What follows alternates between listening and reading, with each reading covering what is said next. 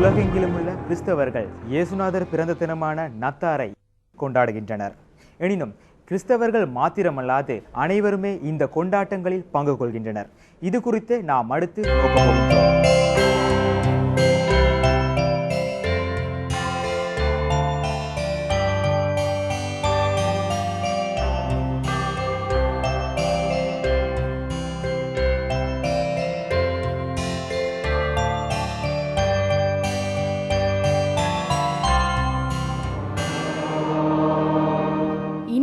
குளிர்காற்றின் இதமான வசந்தத்துடன் மார்கழி மாதம் எமக்கு நத்தார் குதூகலத்தை உணரச் செய்கின்றது.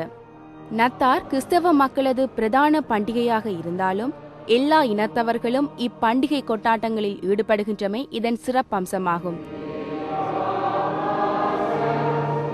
அன்பு, கருணை, சந்தோஷம் என்பவற்றினை அள்ளி வழங்கும் இப்பண்டிகை மனிதர்களது மனங்களில் சமாதானத்தை ஏற்படுத்துகின்றது.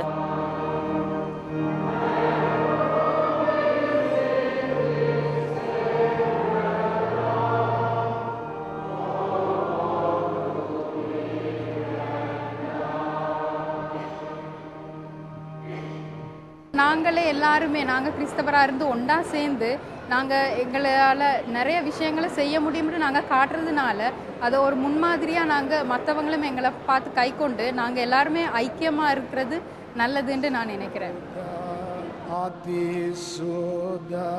பேதங்களால் நிரம்ப பெற்ற தேசத்தில் அனைத்து மக்களுக்கும் நிரந்தரமான அன்பு மற்றும் சமாதான மிக்க உறவை கட்டியெழுப்ப இத்தகைய நத்தார் பண்டிகைகள் இந்நாட்டிற்கு மிக இன்றியமையாததாகும்.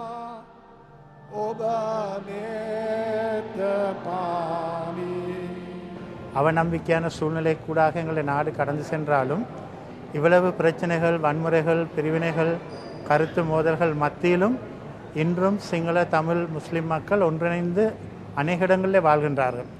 அவருடைய கருத்துக்கள் பரிமாறப்படுகின்ற ஒருவரை தாங்கி ஆதரிக்கின்றார்கள். ஆகவே அந்த நம்பிக்கையை நான் இன்னும் இழக்கவில்லை. ஒரு நாள் வரும், நிச்சயமாக மலரும். எல்லோரும் சமாதானத்திற்காகவும் ஒன்றாக வாழ்வதற்கான வழிமுறைகளை அமைப்பதற்கு நிச்சயமாக ஒன்றிணைவார்கள் என்ற நம்பிக்கை எனக்கு எப்பொழுதுமே இருக்கின்றது. அதற்கு இந்த திருப்பூசையும் ஒரு உதாரணமாக அமைகிறது.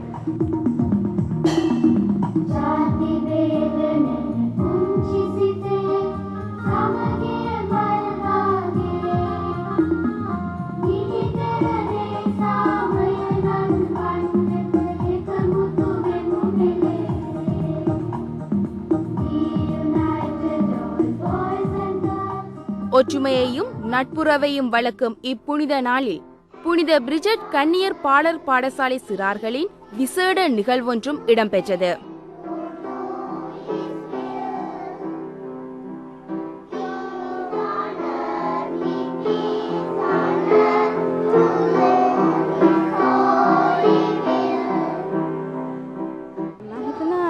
ගසක් වැඩි වර්ධනය වෙන්න ඒකට පෝර ජලය හොඳට ලැබුණොත් ඒක ලස්සනට වර්ධනය වෙනවා වගේ පුංචි කාලේ ඇති වෙච්ච අදහස් උඩ තමයි ලොකු වුණාමත් ළමෙක්ගේ ක්‍රියාකාරීත්වය තියෙන්නේ.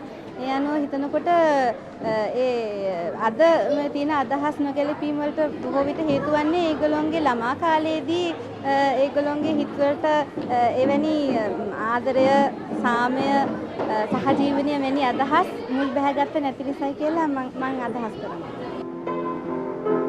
இலங்கை சமூகத்தின் உரிமைகள், சாதகத்தன்மை, ஒற்றுமை மற்றும் சமாதானம் என்பவற்றை பற்றி ஆழமாக பேச வேண்டிய இக்காலகட்டத்தில் ஒற்றுமையின் சக்தியானது வாழ்நாளெல்லாம் எம் இதயத்தில் குடிகொண்டிருக்க வேண்டும்.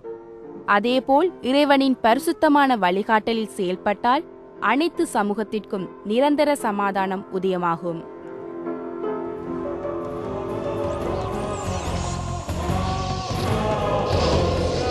சட்டத்தையும் ஒழுங்கையும் பாதுகாப்போம். பன்மொழி பாடல்களும் சமாதானமும்.